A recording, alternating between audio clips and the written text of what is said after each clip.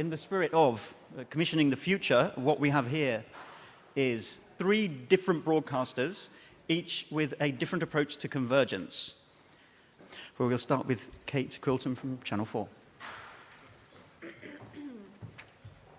Hello again. Hope you had a good lunch. So as I mentioned earlier, basically I'm going to talk about 7 Days specifically as a case study of a programme that we worked on at Channel 4. Lots of you may have watched it, maybe not, but I've got a little clip to kickstart us here. Welcome to Notting Hill, the home of 7 Days.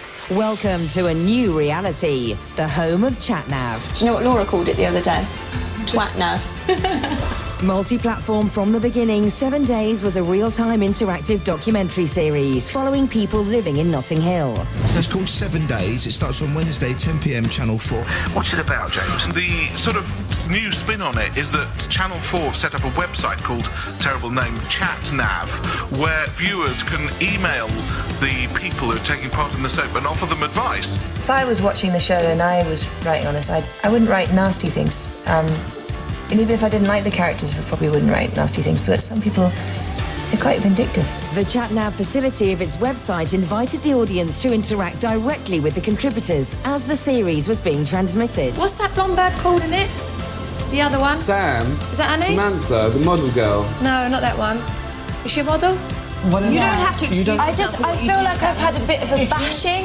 So you are concerned about what other people say? I am, I'm really concerned. Yeah, but everybody's... Come on, let's be honest. People who say, I don't care what people think of me, that's an absolute lie. Everybody gives a shit what people think. Because each episode was made and broadcast in just 1 week, this rich and provocative online feedback was shown being reviewed and in many cases acted upon by the characters in the TV show. So if the woman is going on a date with someone they don't like, they can email in or Twitter and say, no, don't go with him. And the characters can actually react to that. I think it's an interesting idea, and if that whole interactivity thing's worked, it could be very innovative. There's people, though, that will purposely look for things they can pick at. Because they can hide behind here. This whole thing that Channel 4 have done is to allow it's interactive television. This seamless feedback loop bewildered some, but beguiled many others. It's a real mixed bag, isn't it? People love it. People hate it. It's like Marmite. Love it or loathe it, this unique project was a world first in interactive broadcast storytelling. People are like, why are you asking Philip so many questions, so many loaded questions? I am not giving Philip a hard time. I'm just seeing where we are. I was joking. Of course he's not a prick all the time. Oh, did somebody pick you up? Yeah. Oh. 7 Days resulted in some jaw-dropping online figures, including over 21,000 comments left on ChatNav. It says here, just heard Richard Curtis bumped into Hannah Booth today from 7 Days and told her he loved her. Along with more than 30,000 related tweets, 7 Days was the most commented programme across Channel 4 and E4 in October. What, having a veggie breakfast with a hangover? Yeah. Not a hangover, just like what you're talking about. What do you talk about at breakfast? Sorry, what's your name first? Hang on. What's your name first? I don't think we'd be talking to you unless we had a camera in front of us, let's put it that way, because I don't think that if we didn't have the camera there, you'd have been so interested in our conversation.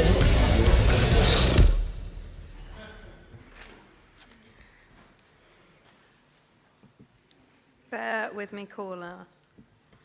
Okay.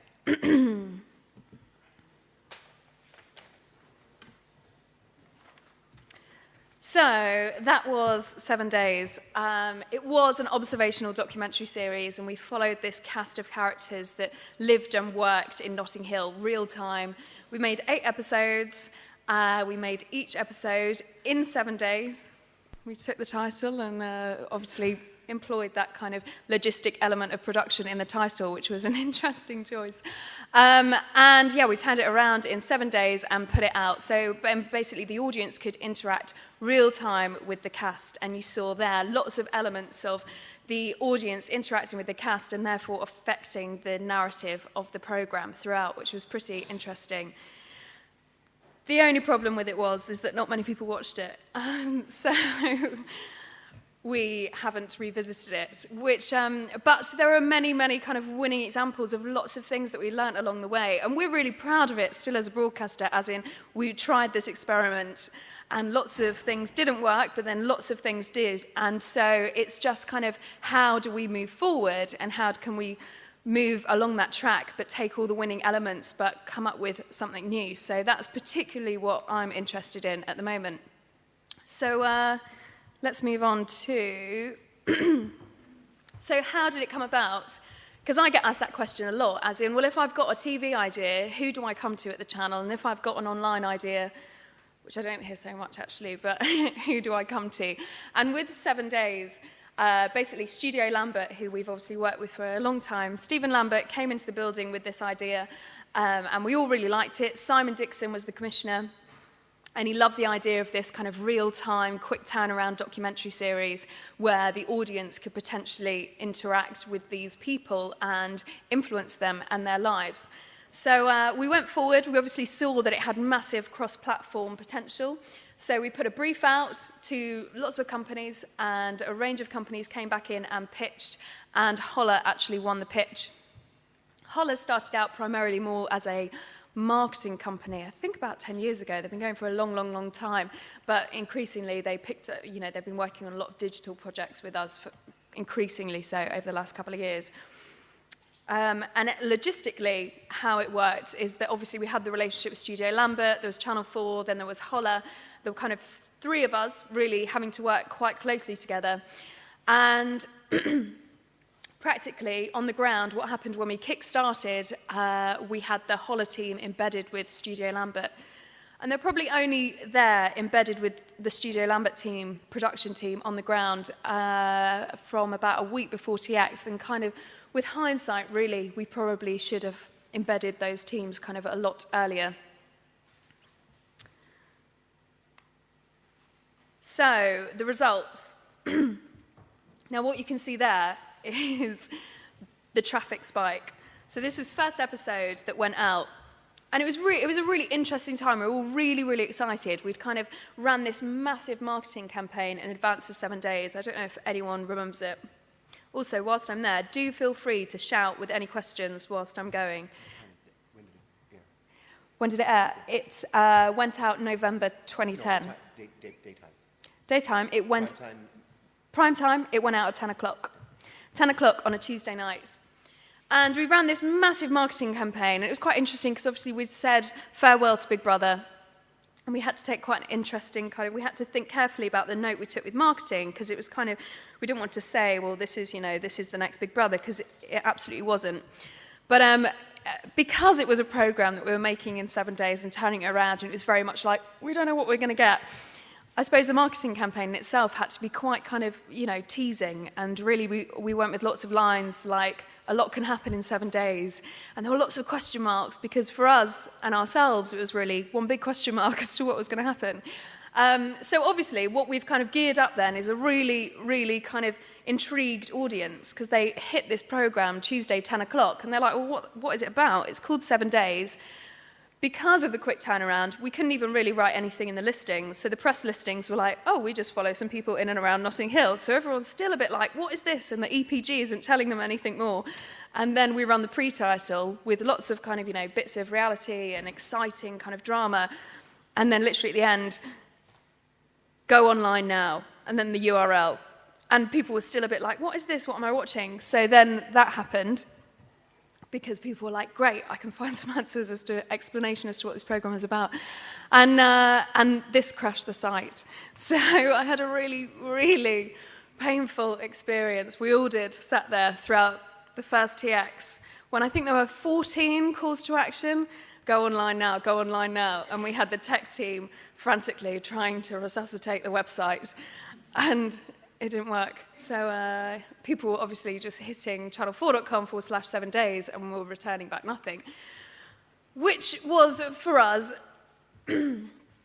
obviously, a terrible experience. And with regard to kind of Channel 4 and our systems and processes and everything else, we've absolutely upped everything across the board to make sure that that thing never, ever happens again. And to be honest, I mean, it was interesting because I used to work on Big Brother, and we'd actually got the same kind of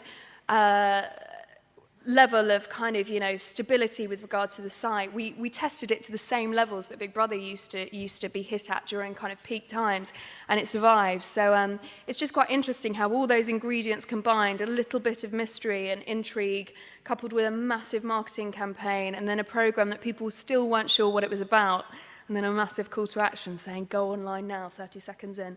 So, but we learnt a lot.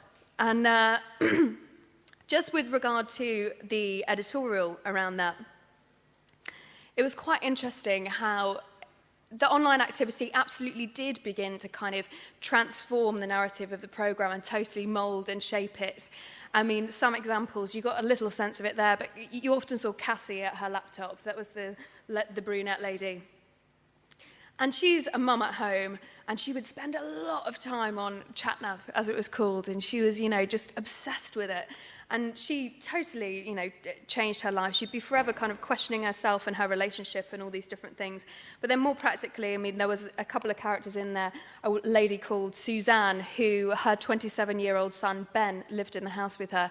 And he was foul. He was really quite mean to his mum. And so when she ever went on ChatNav, she read all these comments saying, kick him out, and the rest of it. And so she did. And good on Suzanne. We're all very pleased. And then one of the other moments whereby another interesting way that the website worked is that the contributors, so the cast actually contacted each other and would write one another messages, because although they lived in Notting Hill, they didn't necessarily know one another, and they certainly didn't come into physical contact for any reason. So Laura, pretty model, beautiful model with long brunette hair, brown hair in there, with Javen, the guy who saw dancing lots with the cap. They recorded a single together, which was quite interesting. Didn't quite make the iTunes top 100, but yes. So it was just interesting to see that, and the audience obviously did get a real sense of how their contributions were affecting kind of what they were watching on screen. And I think we found that really we ended up with kind of a hardcore audience. I say not many people watched it, but it did drop below 1 million, and then it kept pretty steady just below 1 million until the end of its run. But we were obviously hoping for a lot more. But we did end up with quite a core audience. And although, to begin with, we were trending on Twitter nationwide, but towards the end it was very much just London. I think kind of we can quite happily deduce that we had kind of a very London-centric audience that were quite young, but they did keep with it, and they were very loyal, and they would watch it on catch-up. So it was interesting from that regard. So from a numbers perspective, you saw lots of numbers in that sizzle tape. And we did brilliantly from a comments perspective, and it was the most commented programme on Channel 4 throughout October and November, which was great, and a direct result of all of those calls to action, as in tell these people what you think they should do with their lives. But the most important thing about this slide is, I suppose, the TV to online conversion there, which is 8.2%, which we were really pleased with. From a kind of multi-platform perspective of the channel, if anything gets between 5% to 10%, that's great. I worked on Big Brother for a couple of years, and the peak with Big Brother we saw at the end of the final series, we got in the region of 13.4%. So that's 13.4% of your audience watching the programme and then going online. So we were pretty pleased with this. It was just we didn't have enough people watching in the first place. But anyway, yeah. Define it. So basically, it's the percentage of the TV audience, so the ratings, basically take the ratings number, percentage of those guys that then go online and hit the site. And it's a combination of VOD, watching video on demand within a set period, and then also visits to the website. Yeah. Mm-hmm.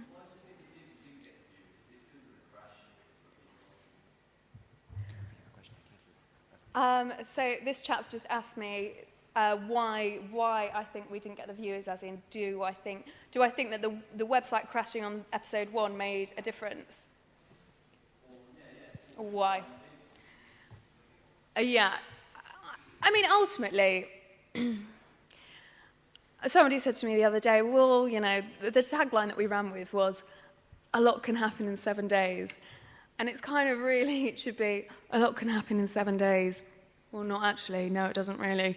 And I think that's the point. And it's yet again, it's that overarching thing that story is absolutely crucial and it's the most important thing. And if you haven't got a story, no one's going to watch. And for the fact that we were absolutely rigid to this kind of principle that we'd set ourselves, as in we will just shoot and edit within that 7-day period. We wouldn't even fluctuate a couple of hours over midnight, you know. We were literally totally within that mantra of, no, this is what happens in 7 days and we're going to cut and put a program out about it. And unfortunately, although we did find probably the most interesting people in Notting Hill, still following them for 7 days doesn't actually give you that many interesting stories. And I think we did as well as we could, and we got absolutely the most entertaining programs out of it we could. But that's ultimately why, I think. And it's funny, because if you do compare it to Big Brother, you think, well, Big Brother was, 24 hours of basically observational documentary, watching these people for 24 hours and then turning around an hour-long program that would go out that day. But as Big Brother evolved over the years, Big Brother started out initially as precisely that. And I think they had a task that was sent into the house once a week on a Saturday. And yet, if you think about Big Brother kind of at the end of the run, there was one big task, like every day, there were little things thrown in. There was a lot of kind of activity curated, within that house to make that hour of television, because it kind of just wasn't happening as it used to. I mean, in the beginning, for example, Big Brother didn't actually go out every night, so kind of you would kind of condense those hours into kind of one program that went out kind of every 3 or 4 days. And it's really interesting because I've thought about this a lot, and you think, well, do you know what? Imagine if we had a nasty nick in 7 days. If we had have had a nasty nick in 7 days, then maybe it would have been a bit of a different story, because ultimately, if we didn't have nasty nick in series 1 of Big Brother, then, who knows how long kind of Big Brother would have kind of gone round the block, because it was, overnight Big Brother became an absolute worldwide phenomenon off the back of that story.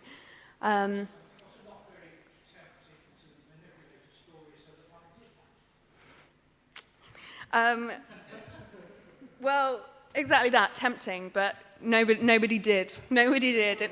And we kept to that absolute mantra of, this is an observational documentary and we can't curate things to happen. And we didn't. We let those people live their lives. And it is quite interesting. I mean, from a logistical perspective, it's not easy making sure that you've always got a crew with them as well to kind of absolutely make sure you're going to cover every eventuality. And you can imagine the rising costs of, right, okay, well, maybe we've got a core base of 14 characters. We realistically cannot have kind of a 3-man, 4-man crew with them, with each of the characters 24 hours, 7 days a week, because this will just absolutely escalate into like craziness when it comes to budgets and will just cost an absolute fortune. So we had 3 crews on the ground, split into, there were kind of 3 HD crews, and then there was another set of kind of another ancillary little kind of crew that went alongside them. So that's 6 on the ground, and you've just got to patch out, right, well, they're doing a skydive on Saturday. Okay, well, let's make sure we're there. And then X is doing that. And, oh, but what if she gets a call from her bloke on that day and they've fallen out and they haven't spoken for 2 weeks? And so it was quite difficult to manage that. But we absolutely did the best we could, I think. But, yeah, no manipulation involved. But maybe next time, and if you've got an idea, bring it in. Sorry? Come back in with another idea. Oh.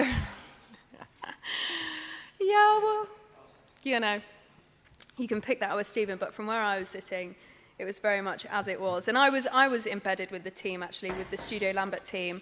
And it was interesting. It was run like a newsroom, It was very much kind of when the phone rang or when something was happening, quick, get out there and get on it and shoot it. It was a really interesting experience. So, just to sum up, because I think we're almost done on time.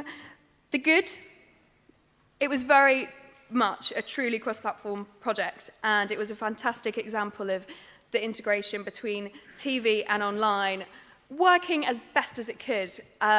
Studio Lambert and Holler, that hookup worked really well, and obviously as a commissioner at Channel 4,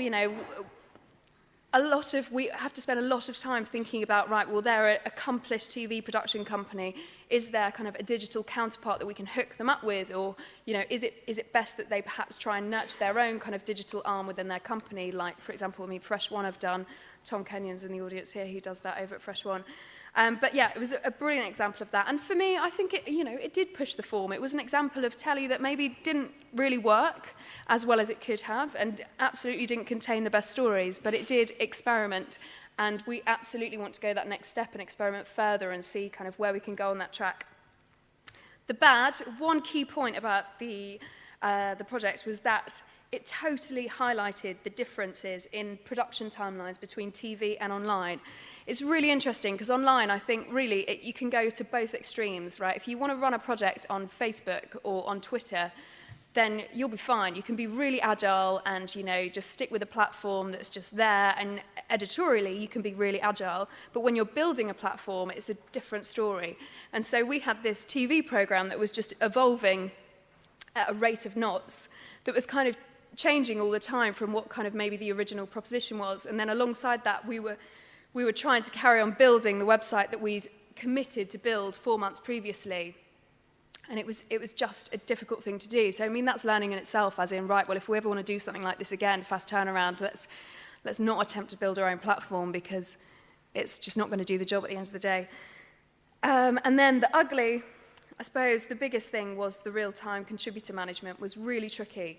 You had this cast that you wanted to turn up the next day for filming, or you wanted them to kind of, just want to be filmed or still be on board for filming because you had another program going out in a couple of days and you needed an extra scene with this or that or whatever.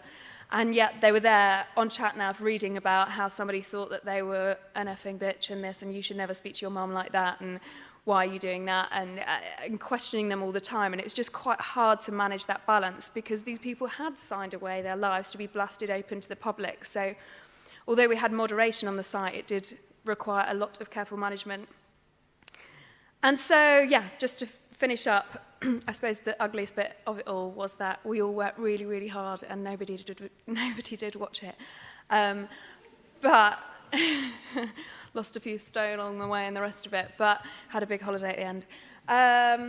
It would be brilliant to kind of move along that track and figure out where we go next in that space. And we're all up for discussing that because we feel like we did kind of get so much learning under our belt that we just totally want to take it to the next stage and ultimately come out with a TV program that is a hit and everybody wants to watch, and also an online proposition that is flawless and doesn't fall over and also delivers to exactly what the TV program needs. So, any questions? One over there. I think there's a couple of questions, and then we'll just take 2 questions now, and then we'll see if there's more time for questions at the end of the other presentations. But also, Kate and Tom and Nicolette will each be hosting a round table upstairs where you can actually talk in more detail at the end of this set at, 3:15. Yeah. So one question over there and then one over there.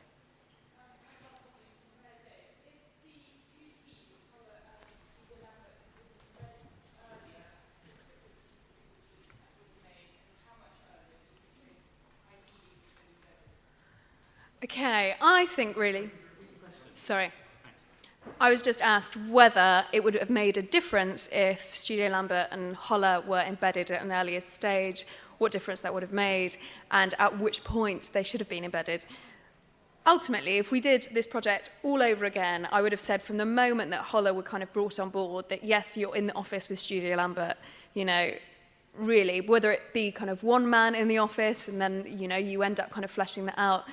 But the programs for us that have really worked from a cross-platform perspective are the likes of Big Brother. And, when it comes to Big Brother, that's pretty much kind of what we did, really. It was working together from DOT. Obviously, you've got the benefit of the digital arm being within Endemol itself. But when it comes to kind of cross-platform, me being the commissioner on site, I would be with the teams, with the production teams.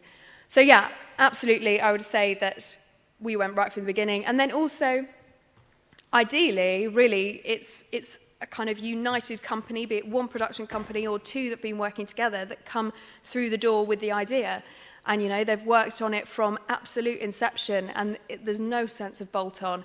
I think that would have been the smoothest operation.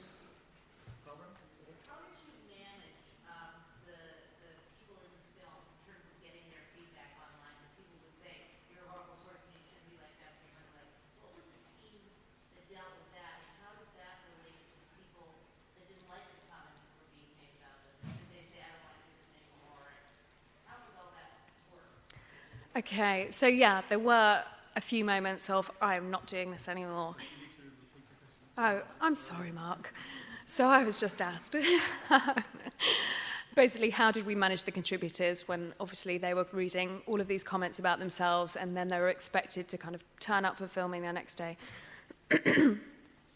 So we had a level of aftercare, and we'd call it aftercare, but care, much like we do on Big Brother, you know, and all the contributors absolutely had a hotline to a range of people, you know, the exec, but then me also. If they came across a comment on the site that they were unhappy with, they could call me immediately and we could talk about it.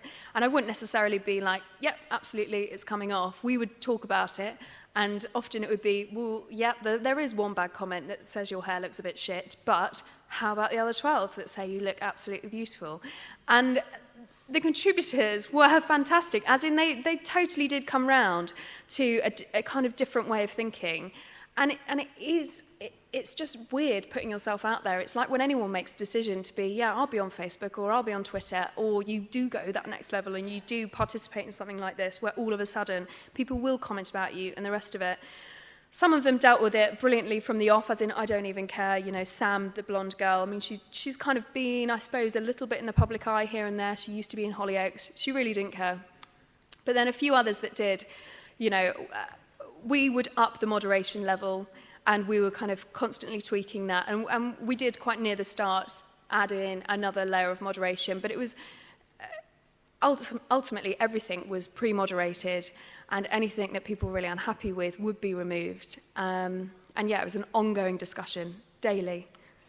My phone would ring at 3 or 4 in the morning, but regularly. But yeah, that's how it worked.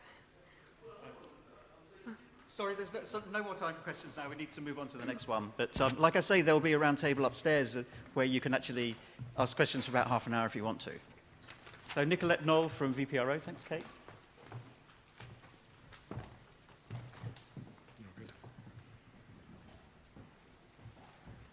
Hi. Let me start with asking how many are actually tweeting right now? Thank you. Okay, good for you. I will check your tweets later. Let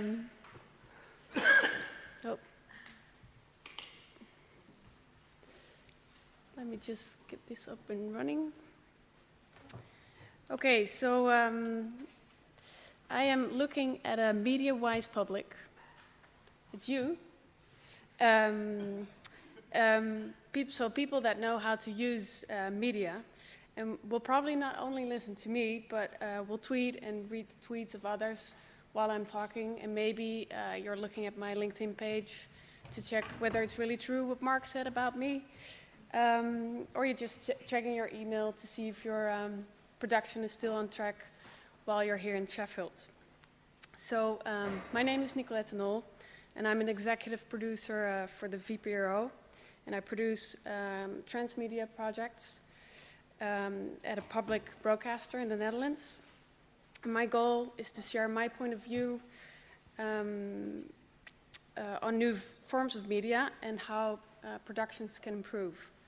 So I'll show you 2 examples of the VPRO, and I am hoping for other examples from you, the audience. So everybody knows Aristotle. In classic drama, there are 3 basic elements for a play. So the rigid structure of these 3 elements are time, place, and action. And the essence of these 3 elements have changed dramatically. There are many consequences to these changes because the concept of time has changed. Because time is on a 24/7 7 cycle, and it seems that social media has become one of the primary sources of news. And social media is broadcasting primary news. I didn't know, but Gordon Brown is on Twitter. And I'm just wondering if he's listening to his audience, because he's only following 2 people. Just saying.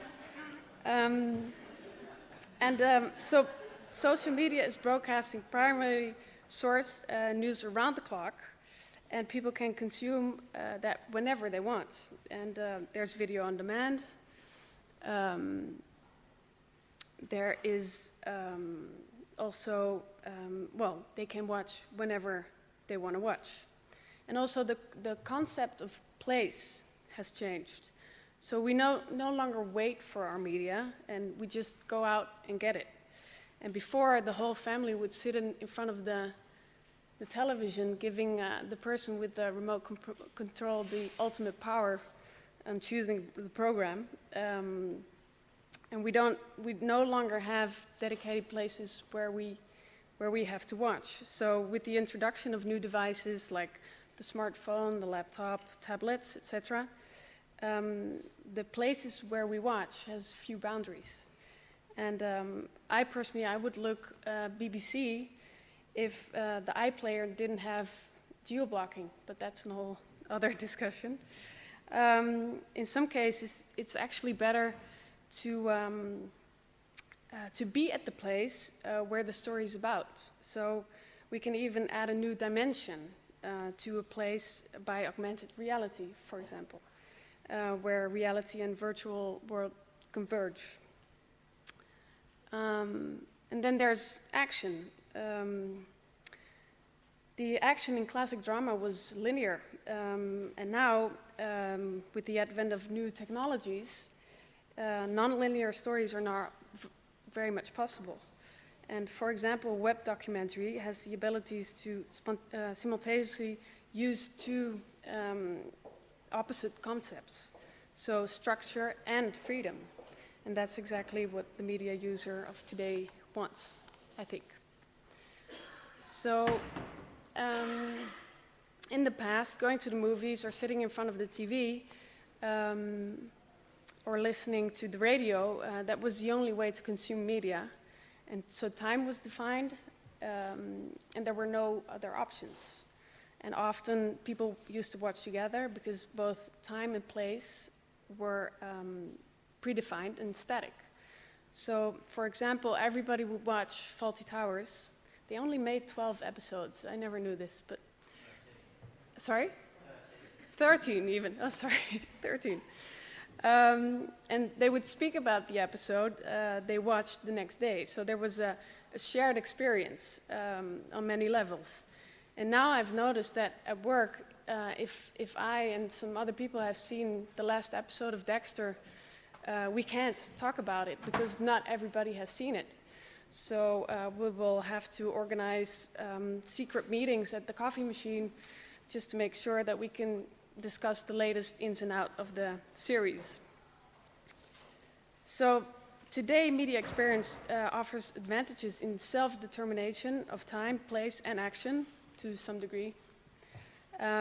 Because there's video on demand, and people can watch what they want, when they want, where they want, because of tablets, smartphones, personal computers, and they can watch it on the train, at work, at home, in bed. So they can watch the last scenes of a web documentary. I personally really like webdoku.fr. It's a great French channel for web documentaries. And I know some people reserve their whole weekend to look at the last episodes of Top Gear, for example. So the story may be linear, but with extra elements such as background information or non-linear narrative, the individual can take a different route. And I think because we're moving towards the future, well, we're going towards a connected world, Because in 1995, 60 million people in the entire world were online. Now there are 2 billion people online, and that's only 30% of the whole world population. So there's a lot of people out there still that we can reach. And the growth of the online content is and will continue to explode because of the archive functionality, for example, of the internet, because that means whatever is created probably will stay accessible. And in addition, the threshold to create and publish content has been lowered to a point where the line between viewers and creators is constantly being blurred. So your audience is becoming your co-creator, basically. And advertising through word of mouth via social media has gained immensely in popularity the last few years. Through Facebook and Twitter and Foursquare, friends can, see the forest. You can see the forest from the trees, and our online network of friends is the provider of content, or they're guiding us towards the content. So I think it's going to play a bigger role in what we see and what we do.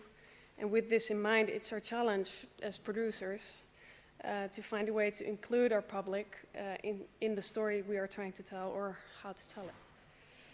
So this is also a challenge of the VPRO. I saw that And as a public broadcaster, we try to make inspiring and interesting programs, and we are too looking to experiment with new ways to interact and communicate with our audience. And one such experience was recently launched documentary on the iPad, and it's called Money and Speed Inside the Black Box. And it's a layered documentary in which the narrative and visual analysis converge. So this touch doc is an example of the possibilities that we have merging television and touch screens. So I'll let the video speak for itself. Then I started watching CNN or one of those. Oh my God! Like when the Dow hit nearly down 1,000 points, you're like, really? 87 evens are trading, 86 evens are trading, 85 evens are trading here now, guys, all the way. Money and Speed Inside the Black Box is the world's first touch doc, a multi-layered exploratory documentary that reconstructs the flash crash, the fastest and deepest plunge of the US stock market ever. No, the market didn't work. It broke down. The machines broke down. That's what happened. Procter was never at 47. Just minutes later, it was Armageddon. Here you go. I'm told it's 830. A thriller based on actual events that takes you to the heart of our automated financial world. In the touch doc, strong storytelling and meticulous visual analyses meet. You can physically interact with the financial data at an accuracy of within the millisecond. Oh my gosh, I turned away when that happened. So who is it selling Accenture at 5 cents? It has to be a machine, right? Yeah. Essentially, they're just rocketing back and forth between. Yeah. Only a machine can do those, right?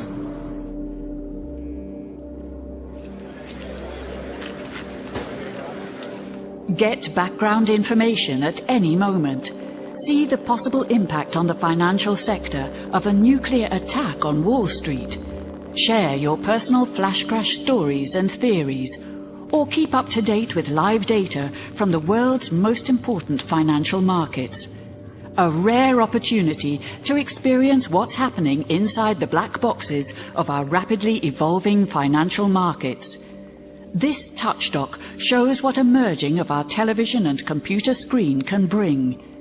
Beware and be prepared for the next flash crash. Money and Speed Inside the Black Box.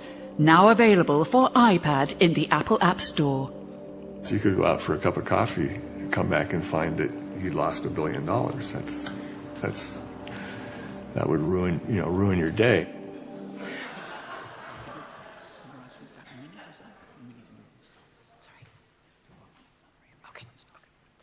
So, yeah, Tom just asked me how much does it cost, and I think it's... it goes up and down depending on the market. Yes. No, it's, I think it's 80 euro cents. So in the Netherlands it's free because we're a public broadcaster, but in other countries you can buy it for 80 euro cents. So yeah, we chose the iPad. Obviously we could have chosen other tablets to work with, but we knew some people that were great at creating applications for the iPad, so we stuck with it. But you know, obviously we have to start producing for other tablets as well. So another project that's now underway is Century of the City, and it's a Transmedia project on the identity of cities and the question who makes the city. For example, how can cities of Rotterdam, for example, how can we ensure that it doesn't turn into the Dutch Detroit if 60% of the commercial high-rises around the central station stay empty? And how can we make sure that because of depopulation let me see what I wanted to say here. So how can we stem the tide if rural depopulation, if we constantly attract young, educated people into the big cities with the many cultural and career options. So these issues are not unique to the Netherlands, because I understood that new cities built around Paris, Lyon, and London have become problem areas 40 years later. So we're trying to get several long-running TV shows and radio titles to tie into this theme. And we also want to develop supporting applications like this. For example, to make it easier for citizens to mobilize, organize, and raise awareness of the consequences of new urban real estate developments. So we're looking to make applications who will allow people to visualize what's happening around them. We're even thinking about making an application that will alert users of vacant spaces around them if they walk near them. And but maybe not, because it might be great for squatters. But anyway, so there are a couple of we're finding out the wheel every time, but there's some do's and don'ts that I just want to walk you through. And let me say that we have to reinvent the wheel every single time, because there's no blueprint for a transmedia production, because each project is different. So.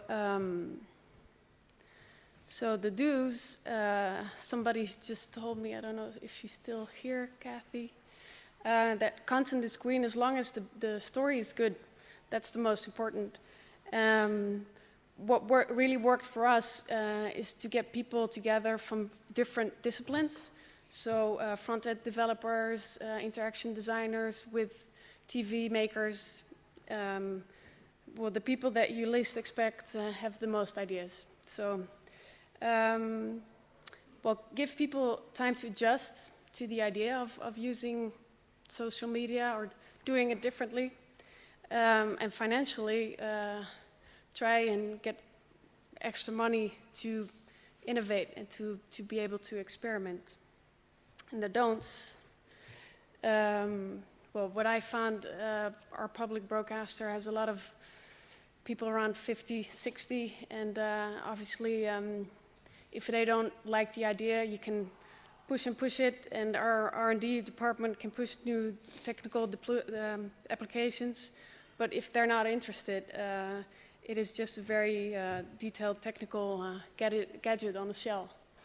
And I would say don't try and over-organize. You have to stay flexible, just like Kate said, and don't over-structurize it.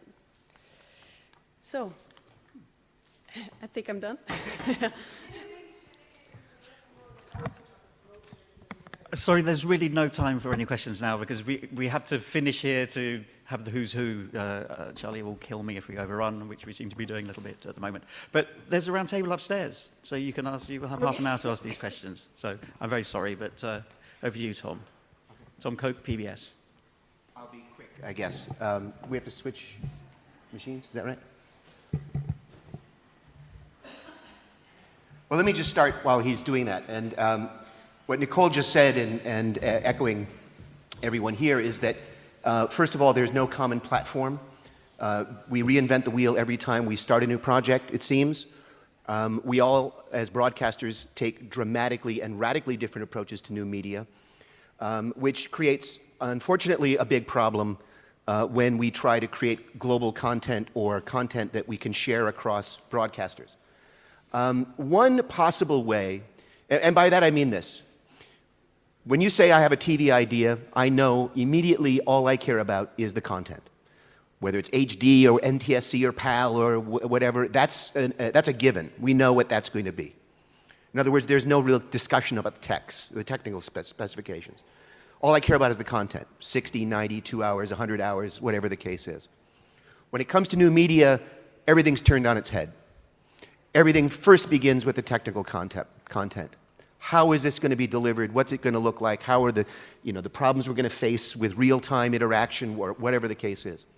So one possible solution to kind of the global fungibility or transportability of a project might simply be to go to do something that's so damn simple and has been done for so long and is available for free on iTunes University or many, many websites, university sites and other things all around the globe, but do it in a better way. So here's an example of something that WGBH and Harvard University did a year ago. They took the most popular course at Harvard University called Justice, What's the Right Thing to Do, taught by a very engaging, extremely affable, good-looking professor named Michael Sandel, who conducts this course in a beautiful Gothic building, not unlike this, but it's, this isn't Gothic, but in a beautiful Gothic building, Sanders Theater at Harvard University, shoot it in high definition, shoot the entire lecture series, edit it down, and create the best lecture series on the planet. Now here's the interesting thing. The TED lectures, which you can get online for free, are also licensed all around the globe for broadcast. I know they're licensed in Sweden, I know they're licensed in a number of other countries. So here's a case where what we wanted to do was create a project that would have such ubiquity that would be not only free, that anybody could look at it, but that could also be fungible in that you could sell it for cash in DVD format or download format, or you could get it for free, or you could try any number of things, but we decided to create the best, in our minds, the best up to this point produced simple concept, a lecture series. So we did it. 12 hours, Justice with Michael Sandel, What's the Thing to Do? Now, this went out in the United States on PBS and was really quite successful. It aired late at night.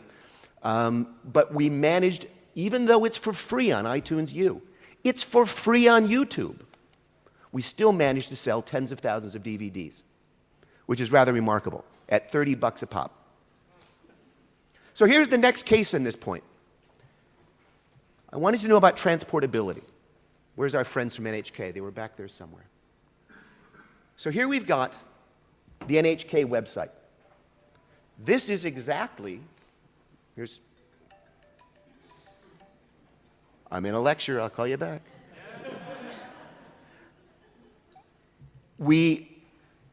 This is the Harvard University WGBH website, entirely reproduced in Japanese.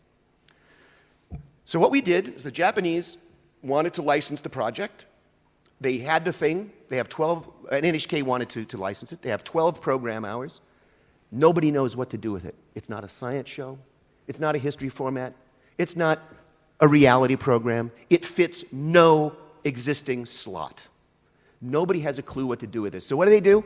They decide, crap, we'll bury it at midnight. And they do. First episode, halfway through, the phones start ringing back in the programming office and back at NHK, and they said, get this thing on prime time. The president of NHK calls downstairs several days later and says, what is this show? Send me DVDs immediately. And he becomes addicted. One of the great tweets that was translated for me from my colleagues at NHK wrote back and they said, "Shit," the guy says, "I didn't have time to drink beer. I had to watch this show."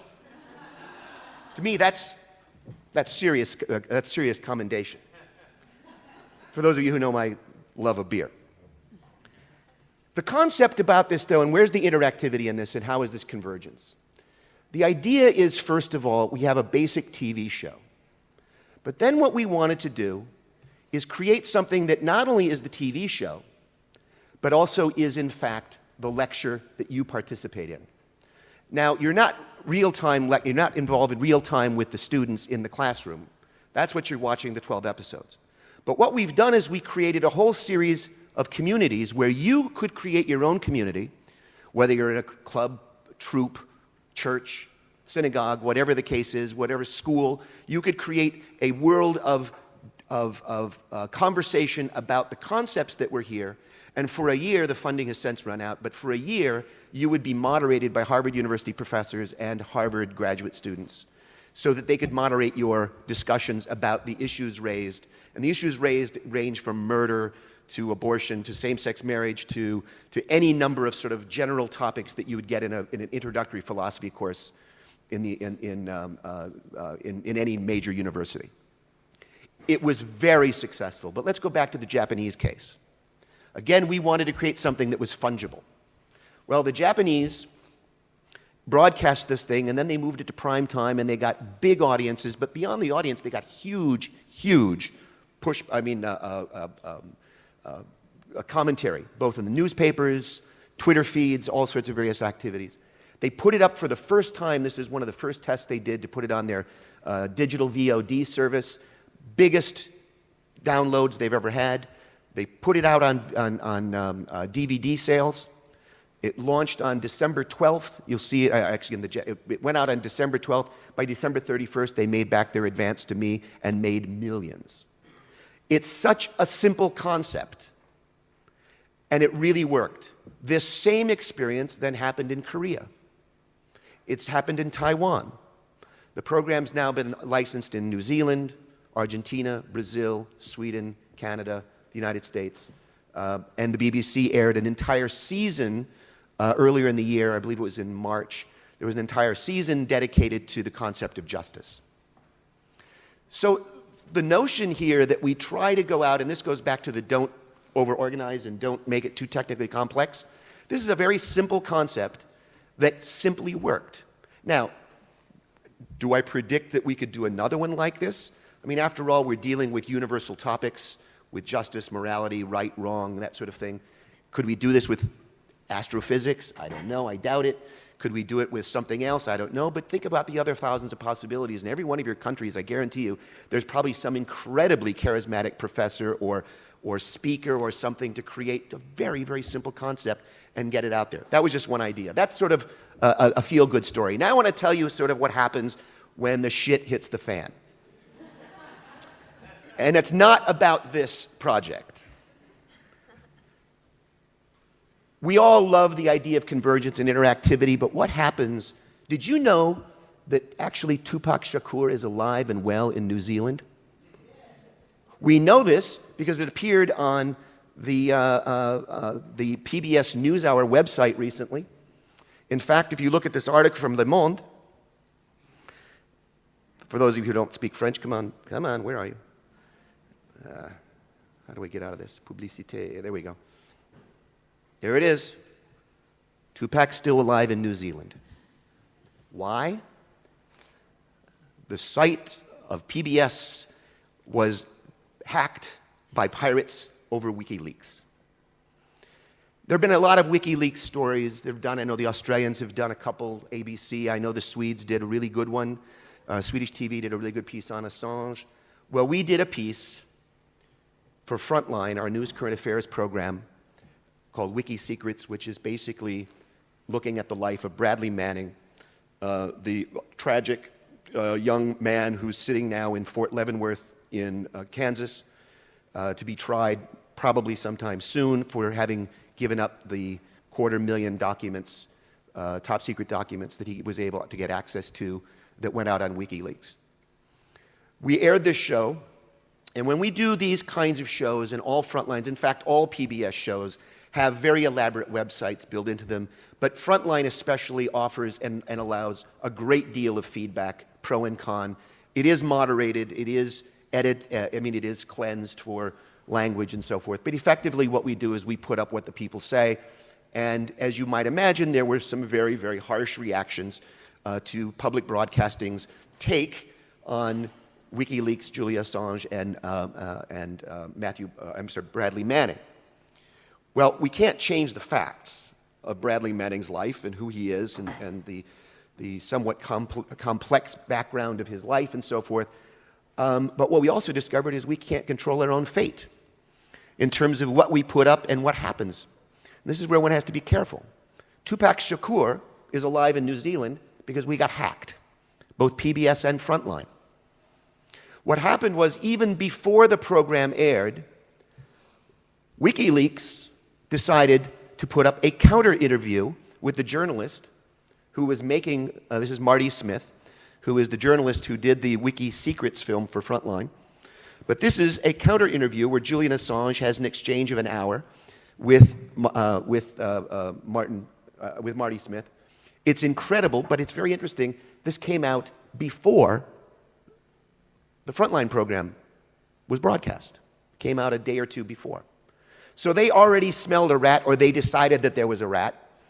They'd already decided that there was something wrong with this series, so they were going to put up a quick defense in advance. This came along. We aired the show. A group called Lulz Boat, L-U-L-Z, Boat. I think who knows where they're from. But they decided to come back, and they hacked both the PBS website and the NewsHour website and put up this, why Tupac Shakur? I can't quite figure that one out. But I think what they were basically saying is, we got you guys. We know where you eat. We know how to hurt you. Just beware. That's my guess in this thing. So in a weird way, if you watch the film, the Wiki Secrets film, it actually is a standard documentary, investigative documentary, but it utilizes every possible angle of new media, whether it's Facebook feeds, Bradley Manning's Facebook activities, the many, many other sort of new media activities. But what happens is that the new media has come back to bite us. And I find that very, very, very interesting, but also extremely telling for the future. So there you go.